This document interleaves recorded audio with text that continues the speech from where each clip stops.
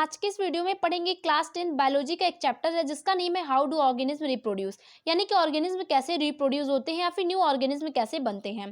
तो पहले यहाँ पे दिया गया है कि पूरा मैकेनिज्म समझने के पहले आपको ये समझना जरूरी होगा कि ऑर्गेनिज्म रिप्रोड्यूस करना इतना जरूरी क्यों है। क्या reproduction is not necessary to maintain the life of an individual organism? क्या रिप्रोडक्शन इतना जरूरी है एक लाइफ प्रोसेस की तरह कि अगर मान लो कोई ऑर्गेनिज्म अगर रिप्रोड्यूस नहीं कर रहा है तो क्या वो मर जाएगा? ऐसा नहीं होता है। लाइफ प्रोसेस में जैसे न्यूट्रिशन हो गया, रिस्पिरेशन हो गया, एक्सक्रीशन हो गया, ये सब चीज़ें ज़रूरी हैं। और जैसे देखिए कि if an individual organism is going to create more individuals, a lot of energy will be spend in this process. अगर कोई ऑर्गेनिज्म अगर बच्चा पैदा कर रहा है या फिर वो रिप्रोडक्शन कर रहा है तो उसको बहुत सारी एनर्जी लगानी पड़ती है।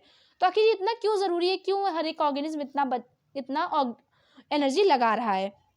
तो देखिए मैं आपको बता दूं कि यहाँ पे लिखा हुआ है कि अगर मान लीजिए कोई भी जानवर अगर एक ही है, ठीक है, मान लो टाइगर अगर बस ओनली वन रहेगा तो उस टाइप का मान लो टाइगर कहीं नहीं रहेगा। जो आदमी देख चुका अगली जनरेशन कैसे देखेगी?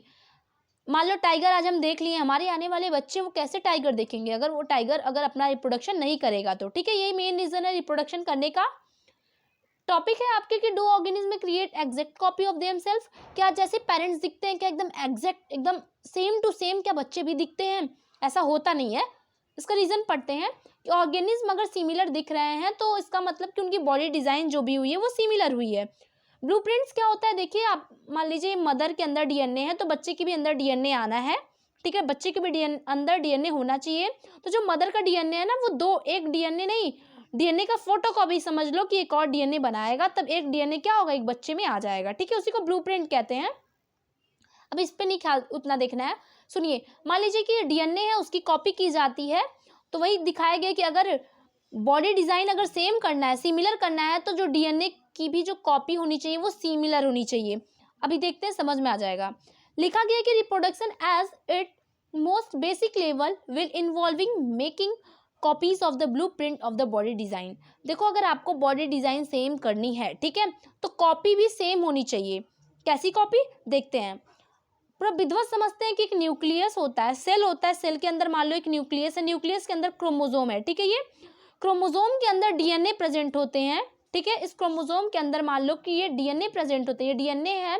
इस डीएनए के पास आपको बता दूं कि हर एक इंफॉर्मेशन होती है कि आप जो होने वाला बच्चा है, जो आने वाला बच्चा है बेबी, उसके अंदर ना पैर होंगे, नोज कैसी होगी, उसका फेस कैसे होगा, ये सब इंफॉर्मेशन आपके डीएनए के अंदर होती है। इतनी बात समझ में आई। यहाँ पे लिखा है कि chromosome in the nucleus of a cell, किसी भी सेल के न्यूक्लियस के अंदर हमारा क्रोमोसोम पाया जाता है और उसमें इंफॉर्मेशन होती है, सभी तरह की इंफॉर्मेशन होती है कि होने वाला बच्चा अपने पेरेंट्स से कैसा दिखेगा, कैसा नहीं दिखेगा। ठीक है, in the form of DNA होती है। डीएनए का फुल फॉर्म है डीऑक्सीराइबो न्यूक्लिक एसिड। डीएनए क्या है, न्यूक्लियस में हमारे प्रेजेंट होता है, वो प्रोटीन बनाता है। अगर प्रोटीन चेंज हो गई, ठीक है, यहाँ पे लिखा गया है कि अगर इंफॉर्मेशन बदल गई तो प्रोटीन भी बदल जाएगी, और अगर प्रोटीन बदल गई तो समझ लो होने वाला बच्चा अपने माँ बाप से अलग दिखेगा। ठीक है, जैसी प्रोटीन बदलेगी वैसे ही बच्चा भी दिखेगा। आई बात समझ में कि मान लीजिए कि अगर ये आपका सेल है, सेल के अंदर न्यूक्लियस है, न्यूक्लियस के अंदर क्रोमोसोम है, इसके अंदर सभी तरीके की इंफॉर्मेशन भरी पड़ी है कि होने वाला बच्चा कैसा दिखेगा, उसकी नोज कैसी होगी, आइज कैसी होगी, उसकी आइज पेरेंट पापा पे जाएगी कि मम्मी पे जाएगी, ये सब चीजें क्रोमोसोम में फिल रहती है in the form of DNA. ठीक है, आगे देखते हैं। A basic event in reproduction is the creation of DNA copy. सबसे बड़ी समस्या होती है डीएनए की कॉपी करना। इसका क्या मतलब है कि मान लीजिए ये आपकी मदर है, ठीक है, ये मदर है और इन मदर में एक डीएनए है, तो इस डीएनए को डबल किया जाता है। ठीक है, बॉडी के अंदर, माँ के बॉडी के अंदर इस डीएनए को डबल किया जाता है। एक तो ये दो डीएनए हो गया तो एक डीएनए बच्चे में जाएगा। ठीक है, ऐसे किया जाता है, इसी को डीएनए कॉपी कहते हैं। डीएनए कॉपी को बनाने का तरीका होता है कि केमिकल रिएक्शन कराया जाता है बॉडी के अंदर ताकि डीएनए कॉपी हो सके, डबल डीएनए बन सके, और this create two copies of the DNA in a reproducing cell and they will need to separate from each other। कहा जा रहा है कि क्या अगर दो डीएनए, मान लीजिए दो डीएनए बन गया, ठीक है, ये माँ है, माँ के अंदर दो डीएनए बन गया, इसका क्या मतलब कि आप क्या खींच के अलग कर देंगे इसको, क्या खींच के आप अलग कर लेंगे डीएनए को? नहीं, इसका प्रोसेस बहुत ज़्यादा कॉम्प्लेक्स होता है कि कैसे वो बच्चे के अंदर आएगा। मान लीजिए डीएनए आपका दो बार, मान एक डीएनए दो बन गया, ठीक है, दो डीएनए बन गया तो नहीं, इतना ही से काम नहीं चलेगा। जो सेल के अंदर जितने भी राइबोसोम, साइटोप्लाज्म, माइटोकॉन्ड्रिया वगैरह होती है, सबकी डबल डबल कॉपी की जाती है, ठीक है, डबल डबल कॉपी की जाती है ताकि बच्चे के भी अंदर वो सब चीजें आ सके। फिर है कि टू सेल्स आर अ को similar but they are likely to be absolutely identical. लिखा गया कि क्या मान लो कि माँ का ही डीएनए अगर बच्चे में आ रहा है तो क्या वो एकदम माँ की तरह सेम दिखेगा? इसका आंसर है नहीं। No biochemical reaction is absolutely reliable. कहने का मतलब कोई भी बायोकेमिकल रिएक्शन हमारे बॉडी में एकदम सही तरीके से नहीं होता है, मतलब कि थोड़ी बहुत गलती होती है डीएनए को कॉपी करते टाइम। यहाँ पे लिखा है copying of the DNA will have some variation each time, ठीक है। मान लो डीएनए एक सिंगल डीएनए है, डबल डीएनए बनते टाइम दूसरे जो डीएनए में ना थोड़ी बहुत चेंजिंग आ जाती है, उसी चेंजिंग को हम वेरिएशन कहते हैं। इसी की वजह से बच्चा थोड़ा बहुत हटके अपने माँ की तरफ पूरा नहीं दिखता है। इसका रिजल्ट क्या होता है कि DNA copy generated will be similar. DNA की जो कॉपी होती है पूरा की पूरा सेम नहीं होकर के थोड़ा बहुत मिलती जुलती है, सिमिलर होती है, but not may be identical. इसका मतलब पूरा सेम नहीं होती है। Some of these variation might to be so drastic that the new DNA copy can't work with the cellular apparatus it inherit। अगर मान लो डीएनए माँ का अगर ये डीएनए बेटे के डीएनए एकदम अलग हो जाए तो ये बेटा बर्दाश्त नहीं कर पाता और बच्चा मरा हुआ पैदा होता है, ठीक है। यही रीजन है कि डीएनए में बहुत ज़्यादा चेंजिंग आ जाती है, इसीलिए बच्चा भी कभी कभी मरा पैदा होता है। यहाँ तक हुआ। Such a new born cell will simply die, यहाँ पे लिखा है बच्चा मर जाएगा। दूसरी बात यह है कि many other variation in the DNA copies that would not lead such a drastic outcomes. Surviving cell are similar to but subtly different from each other। मान लो कि आपके जो ग्रैंडफादर रहे होंगे, कुछ चेंजिंग आई रही होगी जो आपके फादर में पाई गई होगी और फादर की वजह से आप में भी कुछ चेंजिंग आई रही होगी। इसका बेस्ट एग्जांपल है कि पहले जो आदमी रहते थे वो बंदर की तरह झुक के चलते थे, वेरिएशन आते आते आते आते आज हम लोग खड़े होके चल रहे हैं, ठीक है।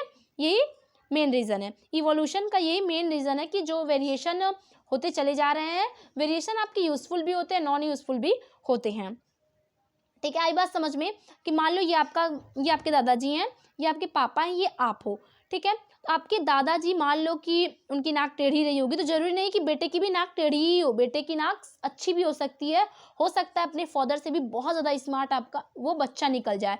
इसका मतलब कि कुछ चेंजिंग आई, दादाजी खराब थे, पापा थोड़े अच्छे हुए, बेटा एकदम अच्छा हो गया। इसका मतलब वेरिएशन आ रही है, ठीक है, यानी चेंजिंग हो रही है। नेक्स्ट टॉपिक है the importance of variation. Variation की ज़रूरत क्या है या फिर इसकी इंपॉर्टेंस क्या है? तो मैं आपको पहले बता दूं कि वेरिएशन गलत भी हो सकता है, सही भी हो सकता है।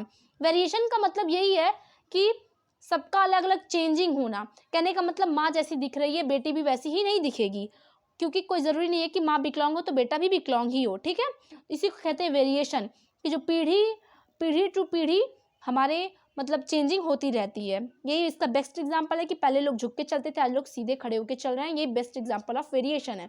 इसका इंपॉर्टेंस जानते हैं। इंपॉर्टेंस ऑफ वेरिएशन यानी कि जो हमने अभी देखा कि वेरिएशन होता है डीएनए कॉपी के टाइम पे, कुछ चेंजिंग होती है, उसका क्या इंपॉर्टेंस है।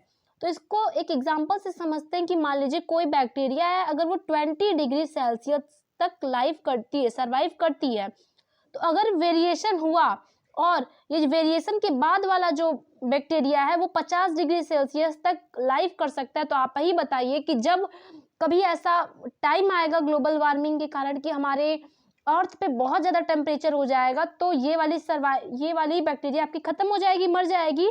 तो वेरिएशन की बाद वाली बैक्टीरिया क्या होगी, जिंदा रहेगी। इससे क्या होगा कि बैक्टीरिया की मात्रा हमारी धरती पे ख़त्म नहीं होगी और बैक्टीरिया हमारे धरती पे रहेगा, ठीक है। तो किसी भी स्पीसीज को मेंटेन करने के लिए ये वेरिएशन इंपॉर्टेंट है, ठीक है। जैसे कि मान लीजिए कि हम लोग का टेम्परेचर बढ़ जाता है, और ये जो नीचे क्या होता है, यहाँ पे नीचे एक वर्ड है, जैसे कि हर एक एनिमल हुआ, हर एक ऑर्गेनिज्म अपने लिए एक सूटेबल पोजीशन खोजता है। सूटेबल जॉब हो सकती है, सूटेबल कुछ भी हो सकता है। तो यहाँ पे एनिमल्स के लिए दिया गया है कि सूटेबल प्लेस जहाँ पे वहाँ का वो टेम्परेचर में रह सके, तो आप लोग एक सूटेबल जगह खोजते हैं। जैसे कि ट्रेन में लोग जाते हैं, विंडो सीट खोजते हैं, तो जिसको जहाँ सूटेबल रहता है वही वो लोग खोजते हैं। तो उसी को नीचे लिखा गया है कि लोग क्या करते हैं, कुछ ऑर्गेनिज्म अपने लिए एक सूटेबल प्लेस खोजते हैं। जैसे कि हम लोग धरती पे रहते हैं, मछलियाँ पानी में रहती हैं। तो देखिए, अगर मान लो सभी मछलियाँ पानी में रह रही हैं, तो वेरिएशन के बाद की जो मछलियां आई वो बिना पानी में भी रह सकती हैं, पानी में भी रह सकती हैं। तो जब एक टाइम पे ऐसा आएगा कि धरती में पानी खत्म हो जाएगा तो क्या होगा, वेरिएशन के पहले वाली मछलियां मर जाएंगी, लेकिन वेरिएशन के बाद वाली मछलियां बची रहेंगी, क्योंकि उनके पास इतनी एबिलिटी है, पोटेंशियल है कि वो बिना पानी के भी रह सकती हैं। तो वेरिएशन के कुछ ऐसे फायदे भी होते हैं, और वेरिएशन कभी कभी नुकसानदायक भी होता है, ठीक है। ऐसा नहीं कि हमेशा अच्छा ही हो वेरिएशन, क्योंकि कभी कभी वेरिएशन में ऐसा होता है कि वेरिएशन की वजह से, बहुत ज़्यादा वेरिएशन होने की वजह से ऑर्गेनिज्म बर्दाश्त न करके वो मर जाते हैं। Mode of reproduction use by single organism, यानी कि सिंगल ऑर्गेनिज्म कैसे रिप्रोडक्शन करते हैं उसका कुछ कुछ प्रोसेस है। अलग अलग ऑर्गेनिज्म का अलग अलग प्रोसेस होता है। फर्स्ट प्रोसेस है फिजन। फिजन का मतलब होता है डिवाइड करना। तो लिखा गया है कि यूनिसेलुलर ऑर्गेनिज्म क्या करते हैं, सेल डिवाइड करते हैं, उसको फिजन कहते हैं। जैसे कि अगर वो सेल डिवाइड कर देते हैं तो अलग अलग ऑर्गेनिज्म रिप्रोड्यूस होते हैं। जैसे कि बैक्टीरिया, प्रोटोजोआ दिया गया है, अमीबा दिया गया है, ये क्या करते हैं, 2 इक्वल पार्ट्स में डिवाइड होते हैं, जिसको अमीबा भी है। जैसे कि एक अमीबा है, अब वो 2 अमीबा में टूटेगा, तो इसको हम लोग क्या कहते हैं कि फिजन कर रहा है। एग्जाम्पल देख लेते हैं, जैसे कि बाइनरी फिजन इन अमीबा दिया गया है। ये आपका अमीबा है, पेरेंट सेल है, इसके जो न्यूक्लियस है थोड़े बहुत लंबे हुए हैं, ठीक है, और इनके जो साइटोप्लाज्म वगैरह भी देखिए यहाँ पे लंबे हो गए, बस थोड़ी सी वॉल बची हुई है। जब ये वॉल टूट गई तो देखिए 2 डॉटर सेल निकल गए, यानी कि ये जो 2 डॉटर सेल निकली हैं, अब ये 2 नए नए अमीबा बना लिए। तो जब कोई भी ऑर्गेनिज्म, एक ऑर्गेनिज्म अगर टूट के अगर 2 ऑर्गेनिज्म बना रहा है तो इसको हम लोग बाइनरी फिजन कहते हैं। अगर एक सिंगल ऑर्गेनिज्म टूट करके बहुत ज्यादा ऑर्गेनिज्म बना सकता है, 2 से ज्यादा, तो उसे मल्टीपल फिजन कहते हैं, ठीक है। यानी कि अमीबा में बाइनरी फिजन होता है जिसमें कि 2 अमीबा निकलते हैं।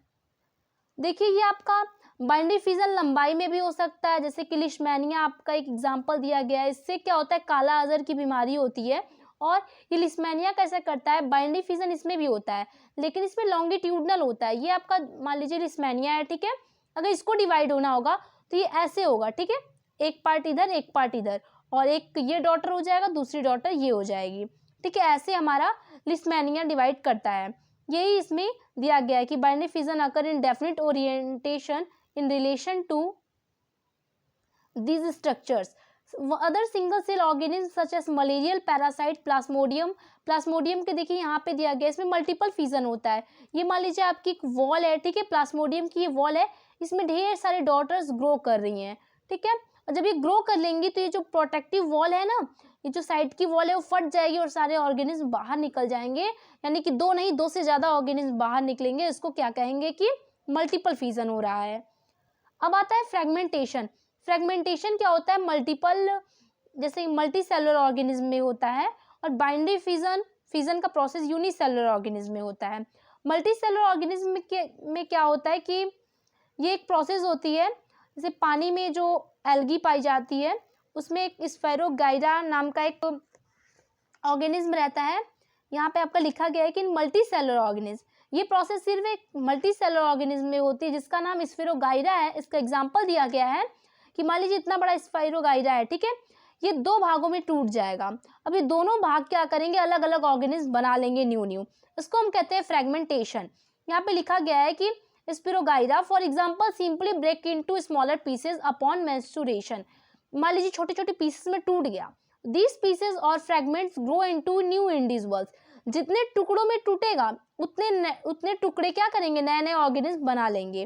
This is not true for all multi cellular organism, ये हर एक मल्टी सेलुलर ऑर्गेनिज्म में नहीं होता है, लेकिन they cannot simply divide cell by cell। The reason is that many multicellular organisms, as we have seen, are not simply a random collection of cells। देखिए हर एक multi cellular organism में नहीं होता है, सबका तरीका एक नहीं होता है रिप्रोडक्शन करने का।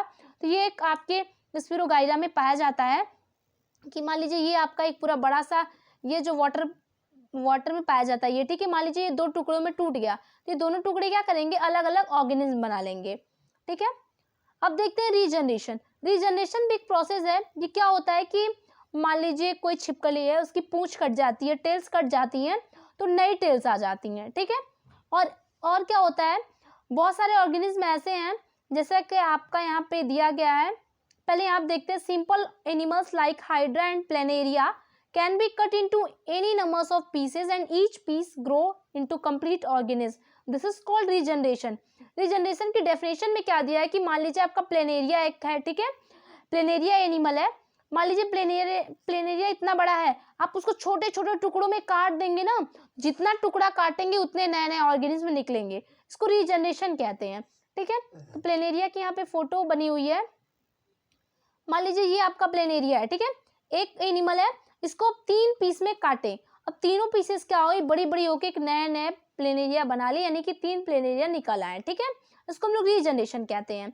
यहाँ पे लिखा गया है कि regeneration is not the same as reproduction, ये रिप्रोडक्शन की तरह सेम प्रोसेस नहीं है, क्योंकि कुछ ऑर्गेनिज्म क्या करते हैं कि मान लीजिए जैसे कि हम लिजर्ड का एग्जांपल दिए कि छिपकली की पूंछ कट जाती है तो वो पूंछ ही वहां से निकलती है, लेकिन कुछ एनिमल्स ऐसे होते हैं जिन्हें हम काट देंगे, जितने टाइम्स काटेंगे उतने नए नए एनिमल्स निकल आएंगे, ठीक है। तो आपके रीजनरेशन में दोनों प्रोसेस होती है कि कुछ पार्ट रीजनरेट होते हैं या तो फिर जिस एनिमल्स को जितने पीसेस में काटेंगे उतने नए एनिमल्स निकल आते हैं।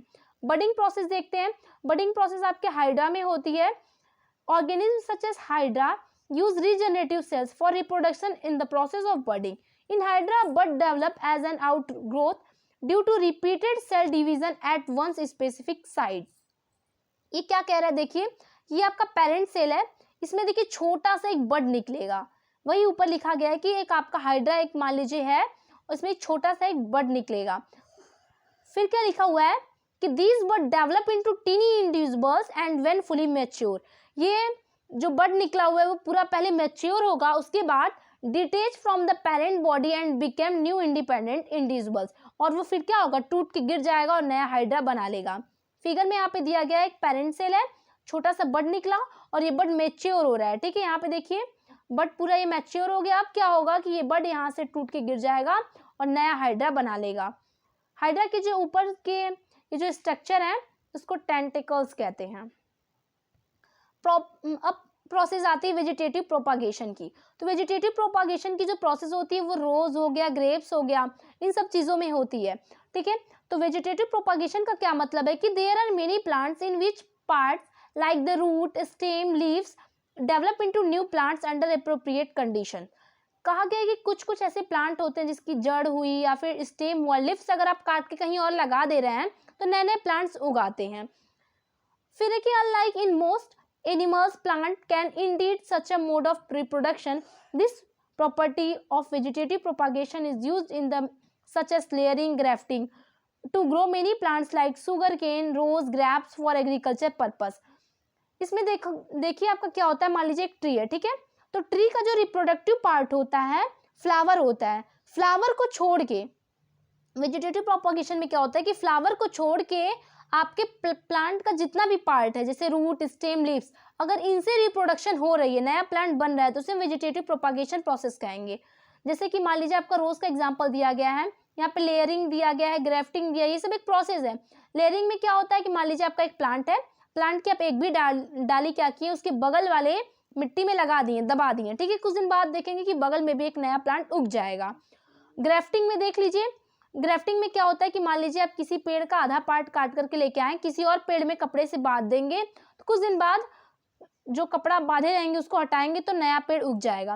रोज देख लीजिए, आप उसकी अगर वो डाल भी काट करके अगर आप कहीं और लगा देते हैं तो वो पकड़ लेता है, ठीक है, नया प्लांट उग जाता है, इसे वेजिटेटिव प्रोपगेशन कहते हैं। Such method also make possible the propagation of plant. Banana में भी होता है, ऑरेंज हुआ, रोज हुआ, जैस्मीन हुआ, इन सबों के पास क्या है कि सीड बार बार प्रोड्यूस करने की कैपेसिटी नहीं होती है, इसलिए इसमें क्या होता है कि इनकी प्लांट की फ्लावर को छोड़ के कोई भी पार्ट तोड़ के कहीं और लगाया जा सकता है। इसकी खासियत ये होती है कि मान लीजिए कि जैसा रोज का फ्लावर था वैसा ही फ्लावर उगेगा। अगर मान लीजिए आप यहाँ से डाली तोड़ करके यहाँ पे लगा देते हैं तो जैसा ये था वैसा ये भी रहेगा, इसमें सिमिलरिटीज ज़्यादा होती है। यहाँ पे देख लीजिए कि बायोफिल्म की एक पत्ती दी गई है, यहाँ पे दिया है कि यहाँ पे नेचुरल वेजिटेटिव प्रोपागेशन हो रहा है। आर्टिफिशियल में जैसे कि हम लोग काट के तोड़ के कहीं लगा दिए ये सब चीज़ें, ठीक है। लेकिन देखिए नेचुरली का क्या मतलब है, जैसे कि ये मान लीजिए पत्ती है, यहाँ पे देखिए छोटे छोटे बर्ड्स आ रहे हैं, ये नेचुरली आ रहे हैं, हमारे उगाने से नहीं आ रहे हैं। ये छोटे छोटे बर्ड्स क्या होंगे, एक टाइम पे अलग अलग पौधा बना लेंगे, अलग अलग पेड़ बना लेंगे। यहाँ पे टिश्यू कल्चर, तो टिश्यू कल्चर क्या होता है कि वेजिटेटिव प्रोपागेशन का ये एक मेथड है, आर्टिफिशियल मेथड है। इसमें क्या होता है कि किसी भी प्लांट के, ठीक है, किसी भी ग्रोइंग प्लांट के ऊपर का थोड़ा सा टिप ले लेते हैं और उस टिप को किसी भी टेस्ट ट्यूब वगैरह में रख देते हैं और उस टेस्ट ट्यूब में क्या होता है कि थोड़े बहुत ग्रुप ऑफ सेल बन जाते हैं, ठीक है, जिसको हम लोग कैलस कहते हैं, ठीक है। उसके बाद उस कैलस को हम लोग एक किसी बड़े टेस्ट ट्यूब में रख देते हैं और उसको क्या करते हैं, प्रॉपर हार्मोन वगैरह मिलता है और जब वो प्लांट थोड़ा बहुत छोटा, मान लीजिए इतना बड़ा प्लांट ग्रो कर गया, उसको हम निकाल करके धरती में लगा देते हैं और वो प्लांट एक बड़ा सा पेड़ बन जाता है, ठीक है। इसे टिश्यू कल्चर कहते हैं कि जो हम अपने लैब में कर सकते हैं। ऐसा हम लैब में कर सकते हैं ना कि किसी भी ग्रोइंग प्लांट की टिप ला करके किसी भी टेस्ट ट्यूब में रख दे, उसको न्यूट्रिशन मिल जाए और वो ग्रो कर जाए, ठीक है। और जब ग्रुप ऑफ सेल्स बन जाए, कैलस बन जाए, तो उसको हम बड़े टेस्ट ट्यूब में रख दें, उसको हम प्रॉपर हार्मोन वगैरह दे करके उसको ग्रोथ करा दें। जब पूरा ग्रोथ हो जाए तो क्या करें, हम उसे मिट्टी में लगा दें, ठीक है। तो ये हमारा टिश्यू कल्चर प्रोसेस हुआ और ये टेक्निक अक्सर ऑर्नामेंटल प्लांट में की जाती है, ऑर्नामेंटल प्लांट में। तो वही यहाँ पे लिखा गया है कि टिश्यू कल्चर में क्या होता है, एक नया प्लांट, जैसे कि किसी भी ग्रोइंग प्लांट के टिप थोड़ा सा ले करके उसको आर्टिफिशियल किसी भी मीडियम में अगर आप रख देते हैं तो क्या होगा, थोड़ा सा ग्रो करके ग्रुप ऑफ सेल्स बना लेगा, जिसको हम लोग कैलस कहते हैं। और इस कैलस को क्या करेंगे, किसी अदर मीडियम में रख देंगे, ठीक है, अदर आर्टिफिशियल मीडियम में रख देंगे, उसमें हार्मोन मिलेगा और ये प्रॉपर ग्रोथ कर जाएगा आपका प्लांट, ठीक है। और उसमें फिर उसके बाद क्या करेंगे, जब ये प्लांटलेट बन जाएगा, कहने का मतलब जब छोटा सा पौधा बन जाएगा तो उसको प्लांटलेट बोलेंगे। और इस प्लांटलेट को निकाल करके प्लेस इन द सॉइल, यानी सॉइल में लगा देंगे, तभी क्या होगा, एक मेच्योर प्लांट बन जाएगा। Using tissue culture many plants can be growth from one parents in disease free condition. इससे क्या होगा कि डिजीज फ्री कंडीशन में आपके पेड़ भी उग जाएंगे और ऐसे टेक्निक का यूज हम लोग ऑर्नामेंटल प्लांट में करते हैं। फिर स्पोर फॉर्मेशन। स्पोर फॉर्मेशन क्या होता है, तो देखिए यहाँ पे आपको एग्जांपल दिया गया है राइजोपस का। तो राइजोपस में स्पोर फॉर्मेशन होता है, ठीक है। तो ये देखिए नीचे का आपका राइजोइड है और यहाँ पे स्पोर है। ऊपर देखिए यहाँ पे स्पोर है, जब ये गोल वाला है ना, जब वो थोड़ा सा फटता है तो छोटे छोटे देखिए यहाँ पे स्पोर ऐसे से दिखाया गया है, ये निकलता है। फिर ये अलग अलग राइजोपस बनाता है। पढ़ लेते हैं कि even in multi cellular organism में ऐसा होता है कि reproductive part can be identify. हम लोग जान सकते हैं कि रिप्रोडक्टिव पार्ट कौन सा है। और thread like structure that develop on the bread, जैसे आप ब्रेड पे एक थ्रेड लाइक स्ट्रक्चर जमता है ना, उग जाता है, तो उसे हम लोग राइजोपस कहते हैं। और they are not reproductive parts. On the other hand the blob, tiny blob on a stick structure are involve in reproduction. तो इस प्लांट का आपका रिप्रोडक्शन का पार्ट यही है, जो गोल्स है ना, ब्लॉब लाइक स्ट्रक्चर है, यहाँ पे लिखा है ब्लॉब लाइक स्ट्रक्चर है कि स्टिक पे। तो ये देखिए मान लीजिए आपकी स्टिक हो गई और ये ब्लॉब लाइक स्ट्रक्चर हो गया, ये आपकी स्टिक हो गई, ठीक है। तो यही आपका क्या होता है कि रिप्रोडक्टिव पार्ट होता है। इसमें क्या होता है, सेल होता है, स्पोर्स होता है और वो ग्रो करके डेवलप करके एक न्यू राइजोपस बनाता है। The spore are covered by thick wall, ये थिक वॉल से कवर होता है, ये आपका गोल वाला, ठीक है, उसी को स्पोर कहते हैं। थिक वॉल से कवर होता है और they came into contact with other moist surface and can begin to grow. इसमें क्या होता है कि पूरा मिलाकर के आप ओवरऑल यही समझिए कि आपका ये गोल वाला स्पोर है, थिक वॉल से कवर होता है और ये एक दिन क्या होता है कि इसमें नए नए मतलब छोटे छोटे ढेर सारे हैं ना, एक दिन ये अलग हो जाता है, मतलब वॉल इसकी हट जाती है और अलग अलग स्पोर्स बन जाते हैं, अलग अलग राइजोपस बन जाते हैं। All mode of nutrition that we have discuss so far allow new generation to be created from a single individual. This is known as asexual reproduction. बताया जा रहा है जितना भी हम लोग पहले पढ़े हैं, अब तक पीछे जितना भी पढ़े हैं वो सब एसेक्सुअल रिप्रोडक्शन था, यानी कि उसमें सिर्फ सिंगल पेरेंट्स इन्वॉल्व थे, ठीक है, यानी कि एक पेड़ की वजह से हम लोग दूसरा पेड़ उगा सकते थे। लेकिन अब हम लोग को ऐसा नहीं करना है, अब सेक्सुअल रिप्रोडक्शन पढ़ना है। इसमें क्या होता है कि डबल पेरेंट्स की जरूरत होती है। यहाँ पे लिखा गया है कि we are familiar with mode of reproduction that depend on the involvement of two individuals before a new generation can be created. कहा गया कि सेक्सुअल रिप्रोडक्शन में क्या होता है कि दो इंडिविजुअल्स, दो मदर और फादर, ठीक है, एक लेडीज और मेल्स को इन्वॉल्व होना पड़ेगा किसी नया जनरेशन यानी किसी न्यू बच्चे को लाने के लिए, जन्म देने के लिए। Birds alone can't produce new claps यानी कि जो बर्ड्स होते हैं वो भी न्यू क्लॉप्स नहीं पैदा कर सकते हैं, जैसे मुर्गियां होती हैं वो भी अकेले नहीं कोई न्यू चिक बना सकती हैं।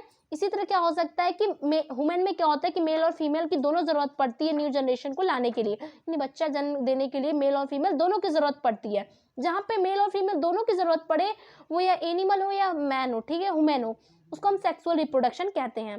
ठीक है, अब देखते हैं कि sexual mode of reproduction are they any limitation of asexual mode of reproduction which we have discuss above.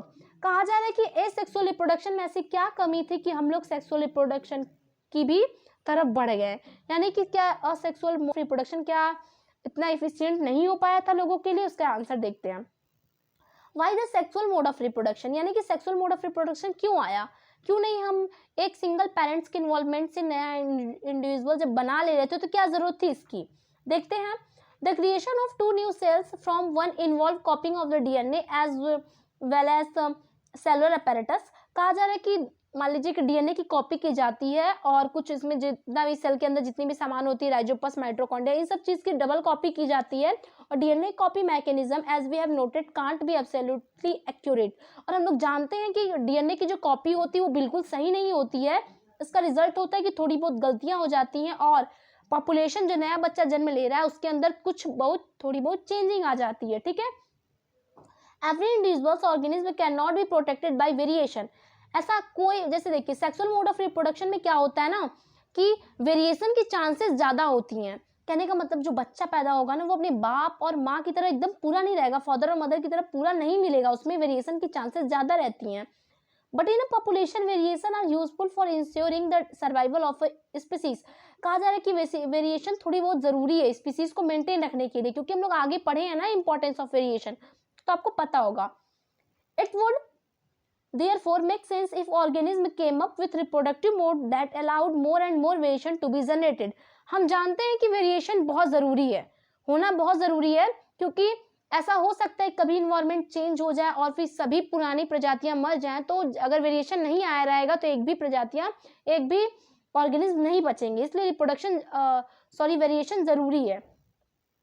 तो while DNA copy mechanism are not absolutely accurate, वही बात लिखी कि डीएनए कॉपी आपका पूरा कभी सही तरीके से नहीं हो पाता है, इसलिए वेरिएशन भी जरूरी है। अगर डीएनए कॉपी जो मैकेनिज्म है, जो ये वर्क है, अगर वो थोड़ा बहुत सही होता है तो many of the resultant DNA copies could not be able to work within the cellular apparatus and would die.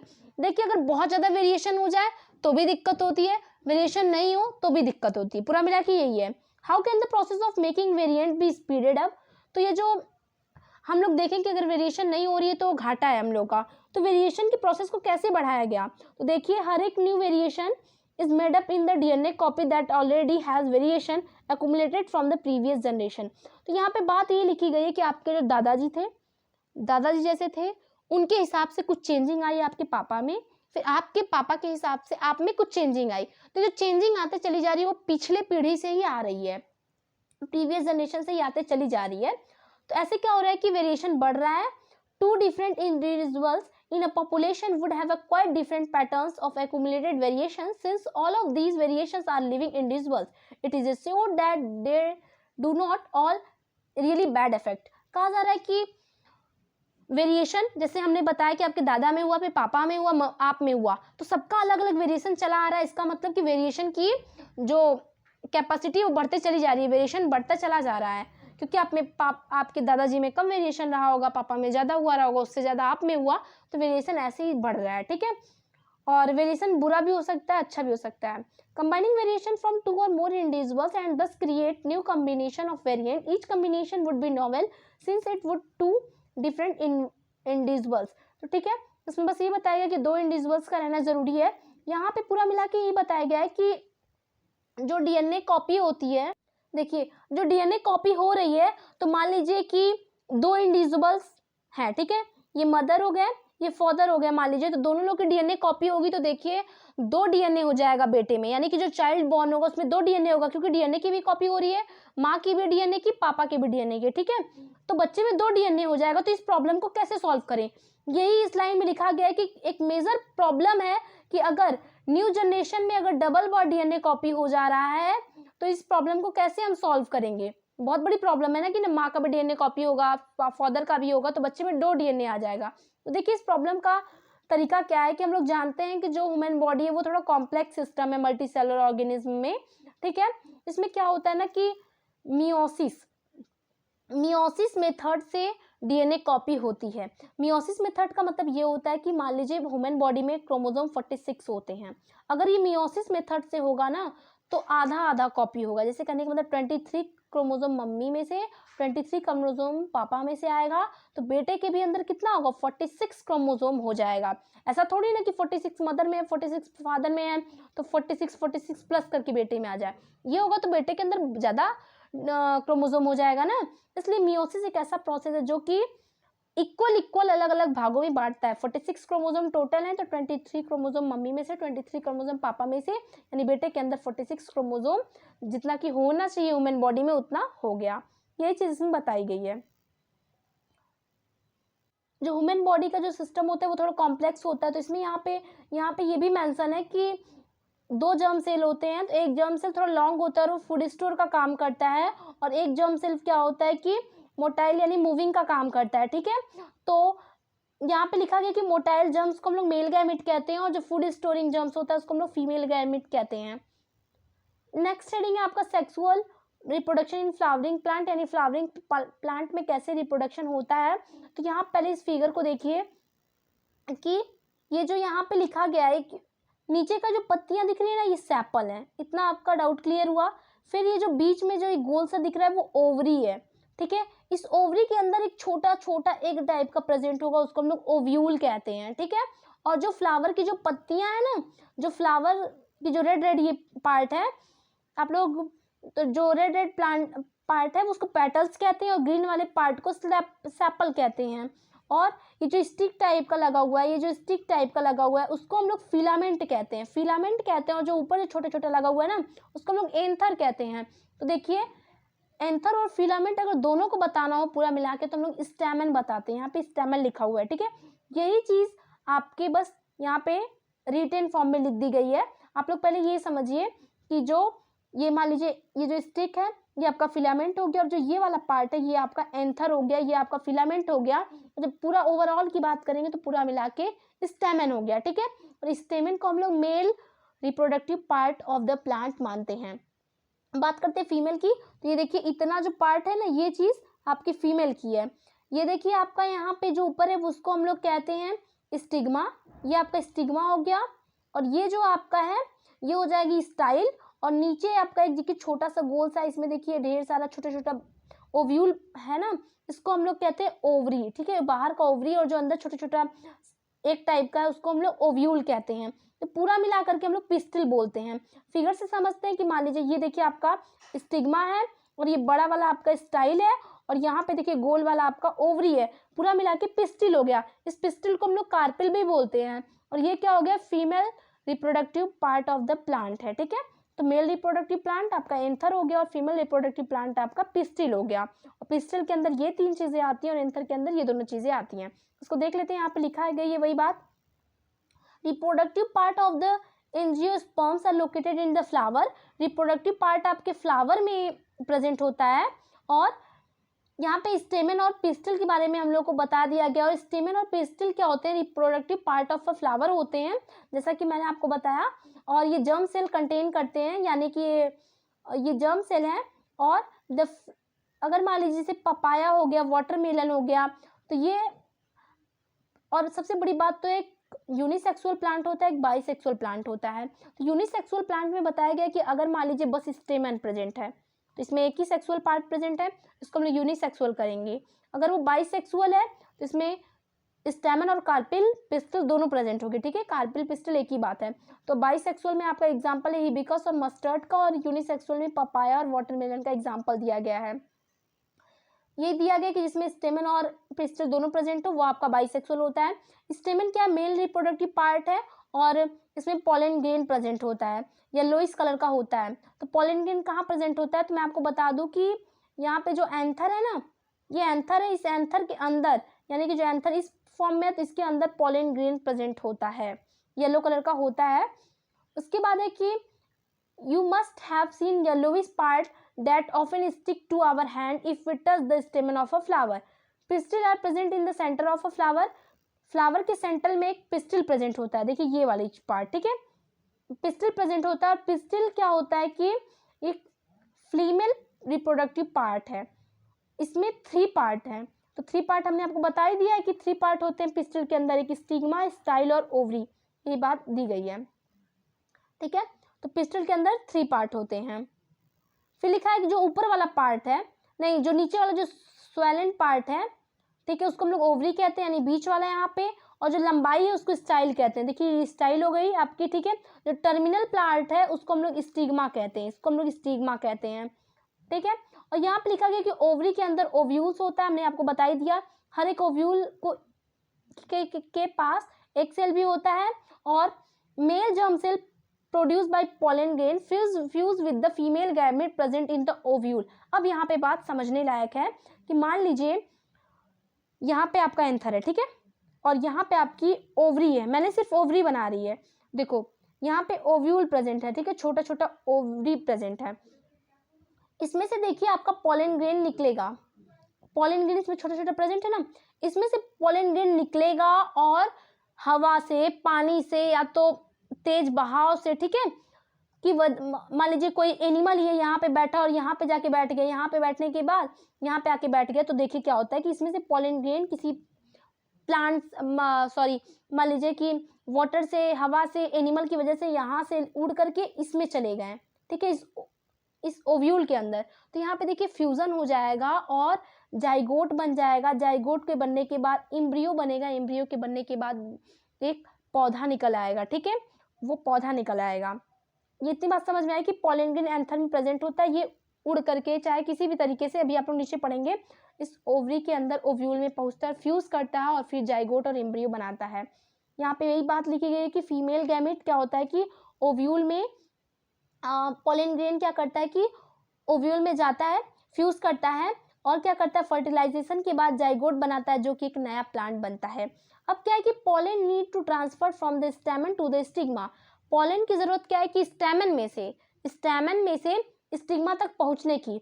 उसके बाद जब वो पहुंच जाता है, अगर मान लीजिए अगर वो सेम फ्लावर में पहुंच जा रहा है, मान लीजिए हमने आपको बताया कि अगर एक प्लांट है उसमें स्टैमेन और ये कार्पिल, पिस्टिल आपके दोनों प्रेजेंट है, तो बाइसेक्सुअल प्लांट हो गया, ठीक है। तो मान लीजिए कि एक ही प्लांट का एंथर है और इसी प्लांट में स्टिग्मा भी प्रेजेंट है, तो अगर एक ही प्लांट के एंथर में से अगर उसी सेम फ्लावर के अगर ओव्यूल में जा रहा है तो उसे हम सेल्फ पॉलिनेशन कहते हैं। कहने का मतलब कि एक प्लांट का एंथर एक ही प्लांट के ओव्यूल में चला गया तो उसे हम सेल्फ पॉलिनेशन कहते हैं। अगर दूसरे प्लांट का पोलन ग्रेन दूसरे प्लांट के ओव्यूल में जाके पहुंच जाएगा तो उसे हम क्रॉस पॉलिनेशन कहते हैं, ठीक है। सेम प्लांट में अगर दोनों बातें हो, पोलन ग्रेन ओव्यूल में जाए तो सेल्फ पॉलिनेशन, अलग अलग प्लांट में हो तो क्रॉस पॉलिनेशन। यहाँ पे यही बात आ गई कि जो पोलन ग्रेन एक फ्लावर से दूसरे फ्लावर में जाता है वो तो या तो हवा के चलते जा सकता है, वाटर के चलते जा सकता है, तो एनिमल एक पेड़ से दूसरे पेड़ पे जाके बैठते हैं तो उनके पैरों में पोलन ग्रेन चिपक करके चला जाता है। Pollen grain land on a stigma, मान लेते हैं पोलन ग्रेन यहाँ से स्टिग्मा में यानी कि ऊपर स्टिग्मा में आ गया, ठीक है। स्टिग्मा में आने के बाद क्या होगा कि ये एक ट्यूब बनाएगा, ठीक है। पोलन ग्रेन को जाने के लिए एक ट्यूब बनाएगा और वो ओवरी तक पहुंचेगा। हमने आपको सिंपली बता दिया कि ओवरी तक वो पहुंच जाएगा। देखिए यहाँ पे मान लीजिए आपका एंथर है, ठीक है, इसमें मान लीजिए आपका पोलन ग्रेन है छोटा छोटा, ठीक है। अभी पोलन ग्रेन हवा से पानी से मान लीजिए यहाँ पे पहुंच गया, ठीक है, स्टिग्मा में, स्टिग्मा यहाँ पे होता है ना, स्टिग्मा में पहुंच गया। उसके बाद है कि पोलन ट्यूब बनाएगा। ये जो लाइन आप देख रहे हैं येलो कलर की वो पोलन ट्यूब है। पोलन ट्यूब बना करके क्या करेगा, पहुंचेगा ओवरी में।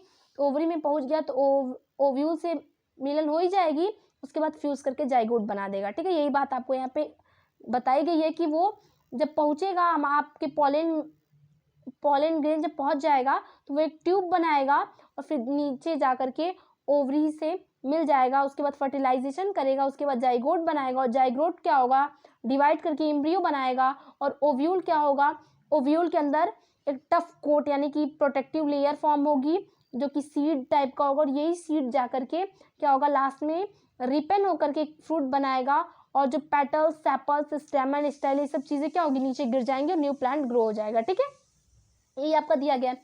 यहाँ पे देख लीजिए जर्मिनेशन प्रोसेस क्या होती है।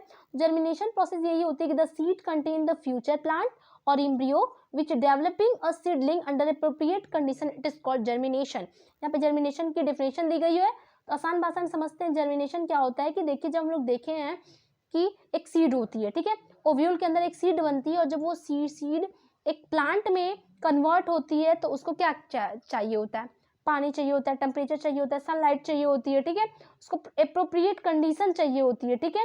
तो अगर अप्रोप्रिएट में अगर सीड कन्वर्ट हो रही है किसी भी प्लांट में, उसे जर्मिनेशन कहते हैं। आप आसान भाषा में समझ सकते हैं, जब सीड ग्रो करके प्लांट में जाती है, उसको कंडीशन जितनी जरूरत होती है उतना मिलता है, तो उसे हम जर्मिनेशन कहते हैं। यहाँ पे देखिए जर्मिनेशन हो रहा है, ये ऊपर वाला आपका टॉप प्ल्यूम्यूल का रहता है, इसको फ्यूचर सूट कहते हैं। नीचे वाला रेडिकल्स होता है, इसको फ्यूचर रूट कहते हैं, रेडिकल्स कहते हैं। साइड में क्या होता है, फूड स्टोर होता है, इसको कॉटिलेडन कहते हैं। अब रिप्रोडक्शन इन ह्यूमन बीइंग में रिप्रोडक्शन कैसे होता है, अब ये टॉपिक आपका पढ़ना है। इसमें बताया गया है कि बहुत सारे चेंजेस ह्यूमन बीइंग में भी होते हैं। ह्यूमन बीइंग में भी सेक्सुअल मोड ऑफ रिप्रोडक्शन होता है। यहाँ पे लिखा गया है कि हम लोग जानते हैं कि जैसे जैसे हम लोग बड़े होते हैं, हम लोग की हाइट बड़ी होती है और मिल्क टीथ से हम लोग को परमानेंट टीथ मिलता है। जैसे बच्चों पे हम लोग को दांत आता है, फिर टूटता है, फिर जमता है, तो फिर बुढ़ापे में टूटता है। तो ये सब सारी चेंजेस आती हैं, ठीक है। ये टीनेज ईयर में आती है। कहने का मतलब कि पूरा इसमें आपको यही बताया गया है कि जब आप लोग बड़े होते हैं तो कुछ कुछ चेंजेस आते हैं। जैसे कि लिखा है कि कुछ कॉमन चेंजेस होते हैं जो कि बॉयज़ और गर्ल्स में दोनों में होते हैं। जैसे कि थिक हेयर का ग्रो होना, आर्मपिट में, जेनेटिकल एरिया में, थाई में कुछ एयर का ग्रो होना, ये बॉयज़ गर्ल्स दोनों में पाया जाता है। और thinner hair can be appear on leg, on arms as well as on the face. Boys में फेस पे भी हेयर आ जाते हैं और लेग और आर्म्स में भी हेयर आ जाते हैं। The skin frequently become oily, जितने भी ऑयली ग्लैंड होते हैं ना वो सब मतलब एक्टिव हो जाते हैं। इसी वजह से टीनेजर्स ईयर में मतलब पिंपल्स निकलते हैं। फिर कुछ चेंजेस जो कि बॉयज़ में और गर्ल्स में अलग अलग होती हैं, जैसे कि गर्ल्स में ब्रेस्ट साइज का इंक्रीज होना और निपल एरिया का डार्क होना। और फिर गर्ल्स 12 to 16 ईयर में इनकी देखिए प्यूबर्टी एज होती है। प्यूबर्टी एज क्या होती है, नीचे आपका मेंशन है कि प्यूबर्टी एज का मतलब कि जब अलग अलग चेंजेस आने लगते हैं बॉडी में, तो ये एक मतलब वो होता है, मान लीजिए आपकी टाइम फिक्स होती है कि इस एज में गर्ल्स बॉयज़ प्यूबर्टी एज में होंगे, ठीक है। उसमें यहाँ पे दिया गया है कि 12 to 16 ईयर तक गर्ल्स की मेंस्ट्रुएशन साइकिल स्टार्ट हो जाती है। बॉयज़ में क्या होता है कि न्यू हेयर ग्रोथ हो जाते हैं फेस पे, उनकी वॉइस क्रैक होने लगती है, कहने का मतलब मीठी आवाज़ उनकी नहीं रह जाती है। और penis occasionally begin to become enlarge and erect either in daydream और एट नाइट। तो जो बॉयज़ में दिया गया है कि पेनिस एरिया जो होती है वो भी इनलार्ज होने लगती है। All of these changes take place slowly, ये सब चेंजेस बहुत स्लोली होता है over a period of month and years. They do not happen all at the same time in one person. हर एक पर्सन में देखिए सेम टाइम पे नहीं होता है, क्योंकि मान लीजिए कि कुछ बॉयज़ के जो दाढ़ी आती है वो जल्दी आ जाती है, कुछ लोगों को बाद में आती है। तो वही यहाँ पे लिखा गया है कि एग्जांपल ले लीजिए कि थिक हेयर जो फेस पे होते हैं वो बहुत लोगों को जल्दी आ जाते हैं, बहुत लोगों को थोड़ी लेट आते हैं, लेकिन आते सबको हैं। तो वही सब चीज़ें दी गई हैं कि एग्जैक्ट टाइम पे सेम टाइम पे नहीं होता है, कुछ लोग आगे पीछे हो जाता है। All this changes show difference between peoples, just we have differentially shaped noses, fingers, as we have different pattern of hair growth, size, shape, breast or penis. All of these changes are aspect the sexual menstruation of the body. देखिए जब जितने भी हम लोग changes पढ़े हैं, अगर वो सब चेंजेस आने लगे बॉयज़ और गर्ल्स में, तो हम लोग समझते हैं कि वो सेक्सुअल मेंस्ट्रुएशन के लिए बॉडी क्या हुई है, मैच्योर हो चुकी है। फिर why does the body show sexual menstruation at this age, इस एज में ही क्यों बॉडी सेक्सुअल के लिए मैच्योर हो जाती है, ये क्वेश्चन यहाँ पे किया गया है। तो देखिए the need of specialise cell type in multicellular bodies to carry out specialise function. Body को उतना देखिए एक्टिव होना पड़ता है और अलग अलग टिश्यूज बनाने पड़ते हैं, जैसे कि मान लीजिए क्या हर एक पार्ट अलग अलग फंक्शन करता है, तो उतना बॉडी को तैयार होना पड़ेगा। Creation of germ cells to participate the sexual reproduction in another specialized function, as we have seen the plant develop special cell and tissue type and to create them। जैसे हम लोग प्लांट में भी देखे हैं कि अलग अलग पार्ट होते हैं, रिप्रोडक्टिव पार्ट होते हैं, उसी तरह से ह्यूमन बींग में भी होते हैं। Human being also special tissues for this purpose. Human being के भी पास स्पेशल टिश्यूज होते हैं रिप्रोडक्शन करने के लिए, तो ये हम लोग को आगे देखना है। और however while the body of the individual organism is growing to its adult size, the resources of the body mainly directed to achieving this growth. What that is happening, the maturation of the reproductive tissues is not likely to be a major priority. कहा गया है कि देखिए कि एक as होती है, ठीक है, उसी मतलब यही आपकी जो 12 ईयर्स टू 14 16 एज होती है, जहाँ पे body sexual mode of reproduction के लिए मैच्योर हो जाती है, क्योंकि इसमें अलग अलग टाइप के मतलब चेंजेस होते हैं और सभी हर एक हार्मोन हो गया, हर एक ग्लैंड आपका एक्टिव हो जाता है। उससे पहले आपका हर एक ग्लैंड एक्टिव नहीं हो पाता है और हर एक टिश्यूज़ का हर एक पार्ट का डेवलप भी हो जाता है। इसीलिए यही रीज़न है कि बॉडी हमारी प्यूबर्टी एज में सेक्सुअल मोड ऑफ रिप्रोडक्शन के लिए रेडी हो जाती है। Rate of general body growth began to slow down, reproductive tissues began to mature. यही कहा गया है कि यही बात है कि जो रिप्रोडक्टिव टिश्यूज होते हैं उनको भी मैच्योर होने के लिए कुछ टाइम लगती है, तो वो 12 से 16 साल की उम्र में वो मैच्योर होते हैं टिश्यूज, ठीक है। This period during adolescence is called puberty. मैं आपको बोली थी कि नीचे आपको एक टर्म दिया गया है प्यूबर्टी, वही बात आ गई कि प्यूबर्टी एज में ऐसा सब कुछ होता है। जब गर्ल्स बॉयज बड़े होते हैं तब उनमें ऐसा होता है, जब 12 से 16 साल तक या फिर 14 साल तक, तो इनमें ये सब चेंजेस आते हैं, उसको एडोलेसेंस एज या प्यूबर्टी टाइम भी कहते हैं।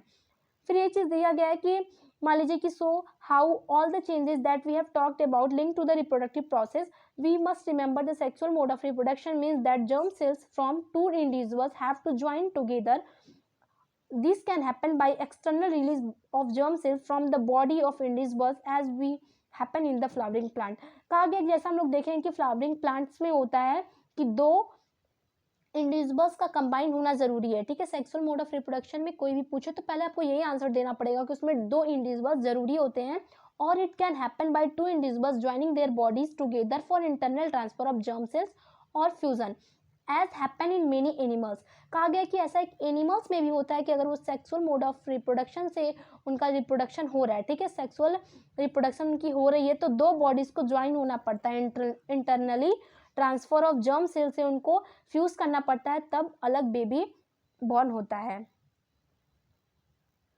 फिर है कि if animal are participate in this process of mating, their state of sexual maturity must be identical by other individuals. Many changes during puberty such as hair growth pattern or signals that sexual menstruation is taking place. तो कहने का मतलब है कि यहाँ पे लिखा गया कि ये सब करने से पहले सेक्सुअल मेंस्ट्रुएशन पहचानना जरूरी है कि सामने वाला मैच्योर हो चुका है या नहीं। मैच्योर पता कैसे चलेगा कि हो गया या नहीं, कुछ हम लोग चेंजेस देखें, वही सब चेंजेस हो गया रहेगा तो पता चल जाएगा कि इंडिविजुअल्स आपका मैच्योर है या नहीं। दूसरी बात है कि actual transfer of germ cells between two people need special organ for the sexual act such as penis when it capable of becoming erect. In mammals such as humans, the baby is carried in mother body for a long period as and will be breastfed later. तो यहाँ पे कहा गया है कि ये मतलब reproduction करने के पहले आपकी बॉडी इसलिए मैच्योर होना जरूरी है क्योंकि देखिए प्यूबर्टी एज में तो पेनिस ग्रो करता है बॉयज में, तो पेनिस का भी होना जरूरी है। और मतलब मान लीजिए मदर में, तो मदर का ब्रेस्ट फीड करना भी जरूरी होता है ना, तो बच्चे को मतलब मिल्क की जरूरत होती है, तो ये जब माँ जब मैच्योर रहेगी तभी तो ऐसा हो पाएगा। इसलिए sexual mode of reproduction after puberty age ही होनी चाहिए। The female reproductive organs and breast will need to mature accommodate this possibilities, ठीक है, वही बात यहाँ पे भी कही गई है। अब मेल रिप्रोडक्टिव सिस्टम क्या होता है, मेल रिप्रोडक्टिव सिस्टम देखना है तो यहाँ पे पहले फिगर से समझ लेते हैं, उसके बाद हम लोग यहाँ पे लिखा हुआ पढ़ेंगे। तो देखिए ये आपका यहाँ पे एक स्क्रॉटम है, ये मान लीजिए आपका एक पाउच लाइक स्ट्रक्चर है, ये आपको यहाँ पे सब कुछ लिखा हुआ मिलेगा। पहले देख लेते हैं कि ये आपका एक स्क्रॉटम है, ठीक है, ये वाला चीज़ है, ये स्क्रॉटम हो गया। उसके अंदर टेस्टीज प्रेजेंट होती हैं, तो टेस्टीज क्या होती है, दो टेस्टीज प्रेजेंट होती हैं, ठीक है। मान लीजिए आपकी टेस्टीज है और ये पाइप टाइप का स्ट्रक्चर गया, उसको वॉज डिफरेंस बोलते हैं, ठीक है, यहाँ पे वॉज डिफरेंस बोलते हैं।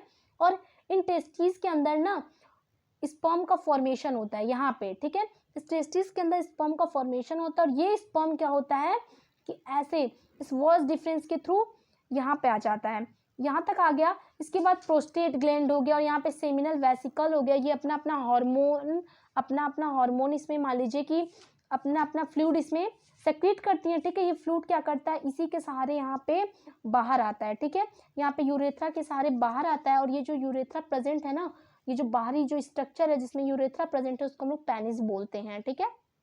ये आपकी जो बाहर वाली जो एरिया है पेनिस बोलते हैं। और यूरेथ्रा क्या है, ये आपको लग रहा होगा कि हम लोग एक्सक्रीटरी सिस्टम में हम लोग सुने हैं, तो ये कॉमन पैसेज होता है जिसमें कि स्पर्म और यूरिन दोनों साथ में बाहर आती हैं, ठीक है। साथ में नहीं, मतलब दोनों एक ही रास्ते से बाहर आती हैं।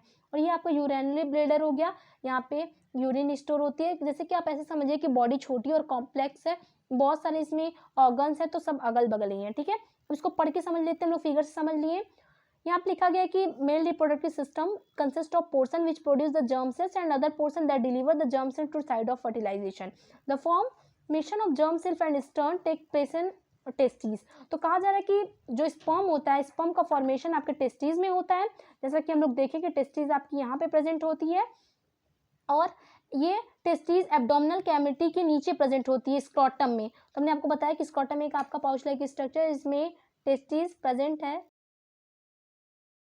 तो यहाँ पे लिखा है कि जो मतलब टेस्टीज में स्पर्म फॉर्मेशन होती है, और ये टेस्टीज कहाँ प्रेजेंट होती है, कि स्क्रोटम में प्रेजेंट होती है, जो कि पाउच लाइक स्ट्रक्चर होता है। यहाँ पे दिखाया है कि ये देखिए पाउच लाइक स्ट्रक्चर है, इसके अंदर टेस्टीज प्रेजेंट है, और इसमें स्पर्म फॉर्मेशन होता है। इतना बात हम लोग भी देखे हैं। उसके बाद है कि इसलिए प्रेजेंट होता है मतलब एब्डोमिनल कैविटी के नीचे, क्योंकि उसको लोअर टेम्परेचर की जरूरत है, बॉडी टेम्परेचर से उसको कम टेम्परेचर रहना चाहिए। उसके बाद क्या है कि ये जो testes in the secretion of hormone testosterone, ये मतलब जो टेस्टीज है ये एक हार्मोन सेक्रेट करता है टेस्टोस्टेरोन। उसके बाद है कि adding of regulating the formation of sperm, testosterone bring about changes in appearance seen in boys at the time of puberty. फिर उसके बाद बोल रहा है कि स्पर्म जो है आपका वो डिलीवर करता है, बाहर आता है वॉस डिफरेंस के थ्रू, और ये यूरिनरी ब्लैडर के बगल में ही होता है। जैसे कि हम लोग यहाँ पे देखे हैं कि यहाँ पे ये आपका स्पर्म है, स्पर्म ऐसे बाहर आता है, यहाँ पे यूरिनरी ब्लैडर यानी कि यूरिनरी ब्लैडर के बगल में आपका वॉस डिफरेंस प्रेजेंट होता है। उसके बाद है कि यूरेथ्रा। यूरेथ्रा के लिए दिया गया है कि यूरेथ्रा एक कॉमन पैसेज है जिसमें कि स्पर्म और यूरिन दोनों साथ में बाहर आते हैं, साथ में नहीं मतलब दोनों एक ही रास्ते से बाहर आते हैं, और बीच में आपका प्रोस्टेट ग्लैंड और सेमिनल वेसिकल प्रेजेंट होते हैं, जो कि अपना कुछ सेक्रीशन करते हैं, और स्पर्म में फ्लूइड प्रेजेंट हो जाता है जो कि ट्रांसपोर्ट करने में इजी रहता है, ठीक है। और the sperms are tiny bodies that consist of mainly genetic material and a long tail that help contain to move towards the female germ self. Sperm में क्या होता है कि एक लॉन्ग टेल प्रेजेंट होती है जो कि फीमेल जर्म सेल्फ की तरफ मूव करने में हेल्प करती है। तो ये आपका हो गया मेल रिप्रोडक्टिव पार्ट्स, ठीक है। तो पूरा मिलाकर यही हुआ कि ये आपका स्क्रोटम हो गया, उसके बाद यहाँ पे टेस्टीज हो गई, इसमें स्पर्म का फॉर्मेशन हो रहा है, ये स्पर्म का फॉर्मेशन होकर से वॉस डिफरेंस के थ्रू बाहर जाएगा, और फिर ऐसे आएगा यहाँ पे प्रोस्टेट ग्लैंड और सेक्रेशन उसको कुछ मिलेगा सेमिनल वेसिकल्स का, फिर इसी सेमिनल वेसिकल्स के थ्रू यूरेथ्रा के थ्रू बाहर आ जाएगा फीमेल जर्म सेल की साइड, ठीक है। अब यहाँ पे फीमेल रिप्रोडक्टिव सिस्टम, इसको समझते हैं। फीमेल रिप्रोडक्टिव सिस्टम में देखिए जैसे यहाँ पे आपको लिखा है कि नीचे वाला पार्ट है ये वेजिना है, और यहाँ पे ये छोटा सा जो लाइन बनी हुई है ये चीज़ ये आपकी सर्विक्स है, और ये जो दो ठो जो बना है ये आपकी ओवरी है, दो प्रेजेंट होती है। ये जो पाइप लाइक स्ट्रक्चर ये आपका फेलोपियन ट्यूब जिसको हम लोग ओविडक्ट भी बोलते हैं, ठीक है। और ये जो रेड लाइक स्ट्रक्चर के अंदर है इसको हम लोग यूटेरस भी बोलते हैं, ठीक है। यूटेरस ये यहीं पे वो जगह है जहाँ पे बच्चा 9 महीने अपने पेट के अंदर पलता है, ठीक है। इसी यूटेरस में पलता है, यही एक जगह है। अब देखते हैं, पढ़ते हैं, यही चीज़ इसमें बस लिखी हुई है। द फीमेल जर्म सेल्स और एग मेड इन ओवरीज, कहा गया कि इस ओवरी में एग का फॉर्मेशन होता है। देखिए जब भी एक गर्ल चाइल्ड पैदा होती है ना तो उसके अंदर बहुत सारे एग प्रेजेंट रहते हैं, बट वो मैच्योर नहीं रहते हैं। यहाँ लिखा गया कि रिस्पॉन्सिबल होते हैं हार्मोन सेक्रेट करने के लिए, हार्मोन प्रोडक्शन करने के लिए। यहाँ पे वही बात लिखी है कि जब भी एक गर्ल चाइल्ड प्रेजेंट होती है, पैदा होती है, उसके ओवरी में 1000 इमेच्योर एग प्रेजेंट होते हैं, लेकिन जब वो लड़की प्यूबर्टी एज में पहुंचती है तो सभी एग मेच्योर होने लगते हैं, ठीक है। और बारी बारी से महीने टू महीने रिलीज होते हैं। The egg is carried from the ovary to the वॉर्म थ्रू थिन ओविडक्ट और फैलोपियन ट्यूब। तो कहा जा रहा है कि ये एग कैसे होता है, फैलोपियन ट्यूब की मदद से आता है यूटेरस में। वॉर्म को यूटेरस भी बोलते हैं, ठीक है। तो वो यूट्रस में आता है। उसको एक बार फिगर से समझ लेते हैं। यहाँ पे कहा गया है कि यहाँ पे मान लीजिए आपका एक फॉर्मेशन हुआ, एक बार यहाँ पे हो गया, एक महीने इस वाले से एग रिलीज होगा, नेक्स्ट मंथ इस वाले से, ठीक है। तो मान लेते हैं इस वाले एग की बात करते हैं, ये एग क्या होगा, इस फैलोपियन ट्यूब के थ्रू यहाँ पे यूट्रस में आएगा, ठीक है। इतना ही बात लिखी गई है कि एक फॉर्मेशन क्या होगा कि फैलोपियन ट्यूब की मदद से यूट्रस में आता है। उसके आगे बताया गया है कि एक is carried from the ovary, मतलब ये बताया गया कि फैलोपियन ट्यूब से यूट्रस में आ गया। उसके बाद 2 ओविडक्ट, दोनों ओविडक्ट क्या होते हैं कि मिल जाते हैं। यहाँ मान लीजिए एक ओवरी, 2 ओवरी, यहाँ पे पाइप लाइक स्ट्रक्चर है, यहाँ पे दोनों क्या मिलके यहाँ पे एक वो आपका बनाते हैं। इसको हम लोग क्या कहते हैं, यूरेथ्रा, ठीक है। इसको हम लोग सॉरी यूट्रस बोलते हैं ना, इसको यूट्रस बोलते हैं। तो वही बोल रहा है कि 2 फैलोपियन ट्यूब मिलकर के एक यूट्रस बनाते हैं, यूट्रस बनाते हैं, जो कि एक इलास्टिक ब्लैक लाइक स्ट्रक्चर होता है, जिसको हम लोग यूट्रस बोलते हैं। ये यूट्रस लास्ट में कर्विक्स के थ्रू वेजिना में ओपन होता है। तो यहाँ पे मान लीजिए यूट्रस है और ये यहाँ पे वेजिना है। यहाँ पे जैसे दिया गया है कि यही चीज़ बोला गया कि मान लीजिए यहाँ पे एक रिलीज हुआ फैलोपियन ट्यूब के थ्रू, इसमें आया यूट्रस में, फिर यहाँ पे कर्विक्स है, उसके बाद देखिए यहाँ पे वेजिना है, ठीक है। ये वेजिना है, इसके थ्रू डिस्चार्ज हो जाता है एग। लेकिन इसके पहले भी बहुत सारी बातें हैं कि the sperm inter through the vagina passage, vagina के थ्रू सेक्सुअल इंटरकोर्स के टाइम वेजिना के थ्रू स्पर्म क्या करता है, फीमेल बॉडी में इंटर करता है, ठीक है। अब फिगर नहीं, अब सिर्फ लाइन टू लाइन पढ़ते हैं, लास्ट में फिगर से समझ लेंगे कि द स्पर्म क्या होता है कि वेजिना के थ्रू सेक्सुअल इंटरकोर्स के टाइम एंटर करता है। दे ट्रेवल अपवर्ड, ऊपर पहुंचता है स्पर्म और ओविडक्ट के पास पहुंचता है जहां पे एग रहता है, ठीक है। हमने बोला कि ओवरी से एग ओविडक्ट के पास आता है ना पहले, तो स्पर्म क्या करता है, ओविडक्ट के पास जाता है, उसके बाद एग फर्टिलाइज हो जाता है, जिसको हम लोग जाइगोट बोलते हैं, ठीक है। ये डिवाइड होता है, स्टार्ट डिवाइड होता है और इम्ब्रियो में कन्वर्ट होता है। इम्ब्रियो को क्या होता है, इम्प्लांटेशन होता है। इम्प्लांटेशन का मतलब कि जब बच्चा अपने माँ के यूटरस की लाइनिंग से जुड़ जाता है तो उसको हम लोग फ्यूटस बोलते हैं। फ्यूटस का कहने का मतलब देखिए, जब बच्चे का हाथ पैर मुंह पता चलने लगे कि हाँ कोई बेबी है पेट में, उसको हम लोग उस स्टेज को हम लोग फ्यूटस बोलते हैं, ठीक है। जब तक पता ना चले कि हाँ इसके अंदर कोई बच्चा है ये पेट के अंदर, जब तक आपको क्लियर पता ना चले उसको हम लोग फ्यूटस नहीं बोल सकते हैं, ठीक है। जब सब कुछ आइडेंटिफाई होने लगे तो उसके ऑर्गन सभी डेवलप हो जाएं, उसको हम लोग फ्यूटस बोलते हैं। और मान लीजिए ये माँ का यूट्रस है, तो यहाँ पे बच्चा चिपका होता है, ठीक है। यहाँ पे बच्चा चिपका होता है ताकि माँ जो भी खाए वो बच्चे के भी पेट में पहुँचे, ठीक है। तो वही यहाँ पे कहा गया है कि इम्प्लांटेशन होता है कि जब भी बच्चा अपने माँ के यूट्रस लाइनिंग के थ्रू जुड़ जाता है तो उसको हम लोग इम्प्लांटेशन कहते हैं। उसके बाद फ्यूटस में ग्रो होता है और ऐसा बोला गया है कि mother body design to undertake the development of a child, mother पे भी निर्भर करता है कि अब बच्चा कैसा पैदा होगा, ठीक है, न्यूट्रिशन वगैरह पे।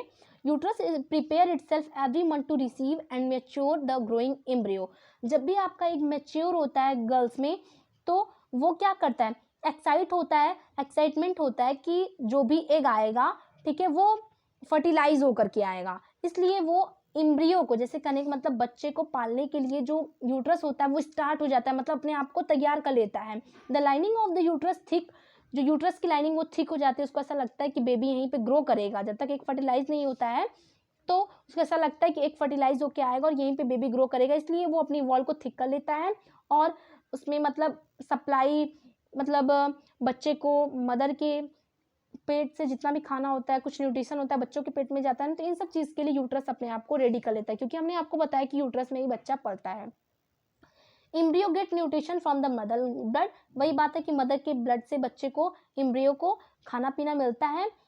और ये किसके थ्रू मिलता है, प्लेजेंटा के थ्रू मिलता है। तो यहाँ पे आप बात समझिए कि यहाँ पे देखिए, मान लीजिए आपका यूट्रस है, यहाँ पे प्लेजेंटा प्रेजेंट है, ठीक है, यहाँ पे प्लेजेंटा प्रेजेंट है, ये आपका रेड कलर का प्लेजेंटा हो गया और यहाँ पे बच्चा हो गया, ठीक है। मान लीजिए बच्चा हो गया और बच्चे के यहाँ पे एक अम्बिलिकल कॉर्ड प्रेजेंट होती है, जिसको लोग नहीं कहते हैं कि बच्चे को निकलने के बाद लोग काटते हैं डॉक्टर, तो ये एक प्लेजेंटा है ये आपका, और यहाँ पे एक अम्बिलिकल कॉर्ड प्रेजेंट होता है जो बच्चे से जुड़ा होता है, ठीक है, उसी के थ्रू खाना जाता है। तो वही लिखा गया है कि एक डिस्क लाइक स्ट्रक्चर होता है जो कि यूट्रिन वॉल से जुड़ा होता है और यहाँ पे विली भी प्रेजेंट होती है जो कि थोड़ा लार्ज एरिया, वही विली प्रेजेंट होती है जो कि आपकी स्मॉल इंटेस्टाइन में भी प्रेजेंट होती है। तो लार्ज सरफेस प्रोवाइड करती है ब्लड को ट्रांसफर होने में, ठीक है, और ये लार्ज सरफेस प्रोवाइड करती है ग्लूकोज और ऑक्सीजन को पास होने में। Developing embryo will also generate waste substance, जो बच्चा पलता है ना उसके अंदर से भी वेस्ट सबस्टांस निकलता है और वो मदर के ब्लड में जाता है प्लेजेंटा के ही थ्रू, ठीक है। तो अगर कोई पूछता है एग्जाम PYQ क्वेश्चन है कि अगर मान लीजिए बच्चा है तो किसके थ्रू वो मदर का मतलब खाना पा रहा है, ठीक है, तो प्लेजेंटा स्पेशल टिश्यू के थ्रू, ओके। उसके बाद है कि development of a child inside the mother body take approximately 9 month. तो 9 मंथ के अंदर एक बेबी बन के तैयार हो जाता है। उसके बाद क्या होता है कि एक बच्चा निकलता है प्यारा सा, उसको हम लोग बेबी कहते हैं, ठीक है। अब क्वेश्चन उठता है कि मान लो कि हम लोग जान गए कि एक फर्टिलाइज होता है, यूट्रस में आता है, यूट्रस की वॉल से चिपकता है, ग्रो करता है 9 मंथ, उसके बाद बच्चा निकलता है। लेकिन अगर एक फर्टिलाइज होगा ऐसा तभी होगा अगर स्पर्म लेडीज बॉडीज में नहीं पहुंचता है और स्पर्म फर्टिलाइज नहीं होता है, तब क्या होगा, ठीक है। तो क्वेश्चन ये बहुत बड़ा है ना कि एक फर्टिलाइज होगा तभी तो बच्चा होगा और फिर एक फर्टिलाइज नहीं हुआ तो क्या होगा, क्योंकि आपको तो पता है कि हर एक मंथ ओवरी से एग निकल रहा है, उसको फर्टिलाइज होना पड़ेगा। तो क्या हर एक मंथ लेडीज प्रेग्नेंट होंगी? नहीं। तो हर एक मंथ का एग क्या होता है, ये एक बहुत बड़ा क्वेश्चन है। यहाँ पे लिखा गया कि अगर एक फर्टिलाइज नहीं होता है तो 1 या 2 दिन वो इंतजार करता है, ठीक है, फैलोपियन ट्यूब में आकर के 1 या 2 दिन इंतजार करता है स्पर्म का। उसके बाद ओवरी क्या करती है, हर एक मंथ इस एग को रिलीज कर देती है। यूट्रस वॉल आपको पता है कि अपने आप को पहले से बहुत ज़्यादा मतलब तैयारी किया रहता है कि एक फर्टिलाइज एग आएगा और मुझे उसको पालना पोषना पड़ेगा, उसमें रखना पड़ेगा, इसलिए वो अपने आप को थिक बना लेता है, मोटा बना देता है, ठीक है, ताकि वो एम्ब्रियो को खाना पीना मतलब नॉरिशमेंट पहुंचा सके। लेकिन अगर फर्टिलाइजेशन नहीं होता है, ठीक है, तो फर्टिलाइजेशन नहीं होता है तो यूट्रस की वॉल को मोटा रहने का कोई फ़ायदा नहीं है, क्योंकि इसमें बच्चा पलेगा नहीं, ठीक है। यूट्रस की वॉल को मोटा रहने का कोई मतलब नहीं निकलेगा।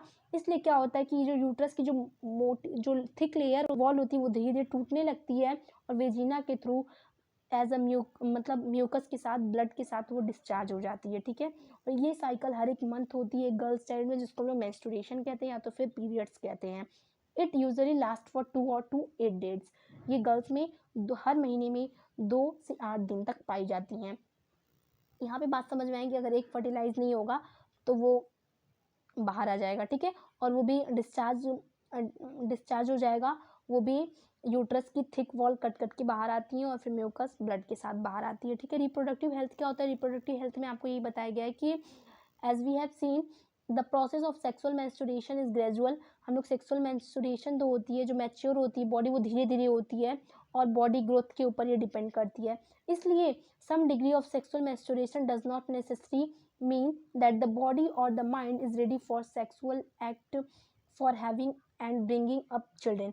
देखिए यहाँ पे बोला गया किसी के दबाव में, किसी के प्रेशर में ऐसा नहीं होना चाहिए कि बच्चा मतलब मुझे बच्चा चाहिए, ठीक है, ऐसा नहीं होना चाहिए, क्योंकि ये एक आपकी रिस्पॉन्सिबिलिटी है, आपका मन होना चाहिए। All of us are under any kind of pressure, किसी प्रेशर से नहीं होना चाहिए। अगर प्रेशर है, दोस्तों का होता है प्रेशर और फैमिलीज का प्रेशर होता है कि बहुत लोग चाहते हैं कि मेरे बच्चे की शादी हो जाए और चिल्ड्रन हो जाए उसके पास, तो ये सब भी प्रेशर होता है। लेकिन इस प्रेशर की वजह से अपनी चॉइस नहीं बदलना चाहिए। अगर आप अपनी चॉइस सबके प्रेशर से बदल रहे हैं तो यहाँ पे डिफ़िकल्टीज़ हो सकती है। डिफ़िकल्टीज़ होने का रीज़न क्या है कि वी मस्ट क्योंकि हम लोग जानते हैं कि एक बेबी को बॉर्न करने के लिए हेल्थ का रहना बहुत ज़रूरी है, ठीक है, क्योंकि उसमें मतलब सेक्सुअल एक्ट के टाइम पे बॉडीज़ का इंटरनल कनेक्शन होता है, जिससे कि कुछ बीमारियां भी ट्रांसमिट हो जाती हैं, कुछ बीमारियां भी मतलब लेडीज़ का जेंट्स में चली जाती है, जेंट्स की लेडीज़ में आ जाती हैं। इसमें बैक्टीरियल इन्फेक्शन भी होता है, जैसे बैक्टीरियल इन्फेक्शन का नाम है कि गोनोरिया, सिफिलिस, और वायरल इन्फेक्शन का नाम है वॉट्स, HIV एड्स, ठीक है। ये सब बीमारियां भी ट्रांसमिट हो जाती हैं सेक्सुअल इंटरकोर्स के टाइम पे। इसलिए मेंटली इमोशनली एक दोनों इंडिविजुअल्स का तैयार होना ज़रूरी है, रेडी रहना ज़रूरी है, किसी के प्रेशर में नहीं करना चाहिए, ठीक है। अगर इन सब बीमारियों से अगर आप बचना चाहते हैं तो एक कवरिंग का यूज़ कर सकते हैं, जिसको हम लोग कैंडम बोलते हैं, ठीक है, कंडोम बोलते हैं, और ये पेनिस में ड्यूरिंग सेक्स आप यूज़ कर सकते हैं। उसके बाद है कि sexual act have the potential to lead to pregnancy, ठीक है। देखिए, इस प्रेगनेंसी को रोकने की भी बहुत सारी मतलब तरीका है। Pregnancy will measure demand on the body and the mind of the women and if she is not ready for it her health adversely affected. तो कह रहा है कि यहाँ पे गर्ल्स का रेडी होना, एक बच्चे होने के लिए गर्ल्स का रेडी होना बहुत ज़रूरी है।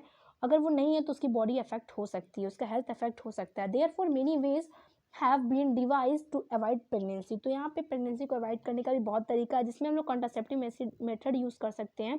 कॉन्ट्रासेप्टिव मेथड कब कहते हैं? जब हम लोग प्रेगनेंसी को अवॉइड करना चाहते हैं तो उसको हम लोग कॉन्ट्रासेप्टिव मेथड बोलते हैं, ठीक है। इसमें हम लोग मैकेनिकल बैरियर्स का यूज़ कर सकते हैं, सर्जिकल मेथड यूज़ कर सकते हैं, जैसे कि हम लोग जानते हैं कि, ठीक है, जैसे कि अगर स्पर्म ही एक तक ना पहुँचे तो फर्टिलाइजेशन नहीं होगा। इसके लिए क्या होता है? कंडोम यूज़ कर सकते हैं। Another category to contraceptive act by changing the hormonal balance of the body so the egg are not release and fertilization can't occur. जैसे कि फेलोपियन ट्यूब है, यहाँ पे यूट्रस है, तो अगर ये स्पर्म जा रहा है तो यहाँ से अगर हम फेलोपियन ट्यूब को कट कर दें या फिर उसको कट कर दें, ठीक है, तो ये स्पर्म आपके एग तक नहीं पहुँच पाएगा, तो एग फर्टिलाइज नहीं होगा। जैसे हम बच सकते हैं। कुछ drugs are commonly use to taken ovary as pills, ठीक है, ड्रग्स का भी यूज़ होता है। Change hormonal balance, side effect भी इसका होता है। कॉन्ट्रासेप्टिव डिवाइस में जैसे कि लूप हो गया, कॉपर टी हो गया, ठीक है, ये न्यूट्रस टू प्रिवेंट प्रेगनेंसी, ये सब मेथड होता है, ठीक है, नाम याद कर लीजिएगा। और they can use side effect due to irritation of the uterus if the vas deferens as the male is block. अगर वॉस डिफरेंस अगर मेल पर, एक तो और तरीका है मेल का जिसमें से स्पर्म बाहर आ रहा है, ठीक है, उसको अगर ब्लॉक कर दिया जाए तो स्पर्म क्या होगा? ट्रांसफर नहीं होगा, इससे वोमेन प्रेग्नेंट नहीं होंगी। अगर फेलोपियन ट्यूब को अगर ब्लॉक कर दिया जाए वोमेन के, तो एक यूट्रस तक पहुंचेगा नहीं, और यूट्रस तक पहुंचेगा नहीं, इस केस में फर्टिलाइजेशन भी नहीं होगा, ठीक है। सर्जिकल मेथड भी यूज़ करते हैं हम लोग। सर्जिकल मेथड में भी ब्लॉक ही बनाया जाता है, यानी कि मतलब दोनों फेलोपियन ट्यूब को काट दिया जाता है, लेकिन ये लॉन्ग टाइम के लिए ज़रूरी होता है। लॉन्ग टाइम के लिए कैसे? मतलब जैसे कि जिसके पास पहले से बेबी हो, ठीक है, लॉन्ग रन के लिए बहुत नेसेसरी होता है। Surgical itself can cause infection, इससे इन्फेक्शन भी हो सकता है, other problems if not perform properly. अगर सर्जरी अगर अच्छे से नहीं होती है तो इन्फेक्शन वगैरह भी हो सकता है। लेकिन इससे क्या होता है कि अनवांटेड प्रेगनेंसी अवॉइड होती है। They may be misuse by people who do not want to a particular child as happen illegal sex selective abortion of female foeticides. कहने का मतलब जिसके पास बच्चे हो चुके हैं या फिर आगे उनको बच्चे नहीं होना है तो वो इस सर्जरी का मेथड यूज़ कर सकते हैं, क्योंकि सर्जरी 2-3 दिन के लिए नहीं होती है, ये बहुत सालों के लिए होती है। यानी कि फर्दर आपको अगर बच्चा नहीं लेना है तब आप इसका मेथड यूज़ कर सकते हैं। Healthy society female male sex ratio must be maintain, female male sex ratio maintain होना जरूरी है बिकॉज ऑफ रेकलेस फीमेल फोर्टिसाइड का मतलब क्या होता है कि जब एक फ्यूटस बन जाता है, जब एक पता चल जाता है कि बेबी है पेट में, ठीक है, और गर्ल चाइल्ड होती है तो उन्हें मार दिया जाता है, ठीक है, उन्हें मार दिया जाता है पेट में ही, वॉम में ही माँ के मार दिया जाता है। ब्यूटीफुल लैंड लड़कियां नहीं देख पाती हैं, पहले ऐसा होता था, अभी भी थोड़ा बहुत होता है, तो ये सब चीज़ों को अवॉइड करना चाहिए, ठीक है। तो ये लिखा गया है कि reproduction is a must process by which organism increase their population. Reproduction एक ऐसा प्रोसेस है जिससे कि पॉपुलेशन को बढ़ाया जा सकता है, रेट ऑफ बर्थ और रेट का पता लगाया जा सकता है। The size of women population is cause concern of many problems, this is because an expanding population make it harder to improve everybody's standard living. If inequality in society as many regions of poor standard of living for many people, the size of population relatively unimportant. If we look around us, what we can identify as the most important reason for poor living standard। देखिए कुछ बताया नहीं गया है, इसमें कहा गया है कि देखिए कि जो फीमेल फर्टिसाइड होती है उसको नहीं करना चाहिए, और फिर बहुत सारे हम लोग देखते हैं कि पुअर भी फैमिली होते चली जा रही है, रिच फैमिली होते चली जा रही है, तो इसलिए ज़्यादा प्रेगनेंसी को भी नहीं करना चाहिए, अवॉइड करना चाहिए, ताकि गरीबी भी ना बढ़े, ठीक है, पॉपुलेशन भी इंक्रीज़ करे, सब कुछ अच्छा चलता रहे, ठीक है। इतना लॉन्ग चैप्टर था, हम लोगों ने बहुत ईजिली ख़त्म किया। मिलते हैं नेक्स्ट वीडियो में।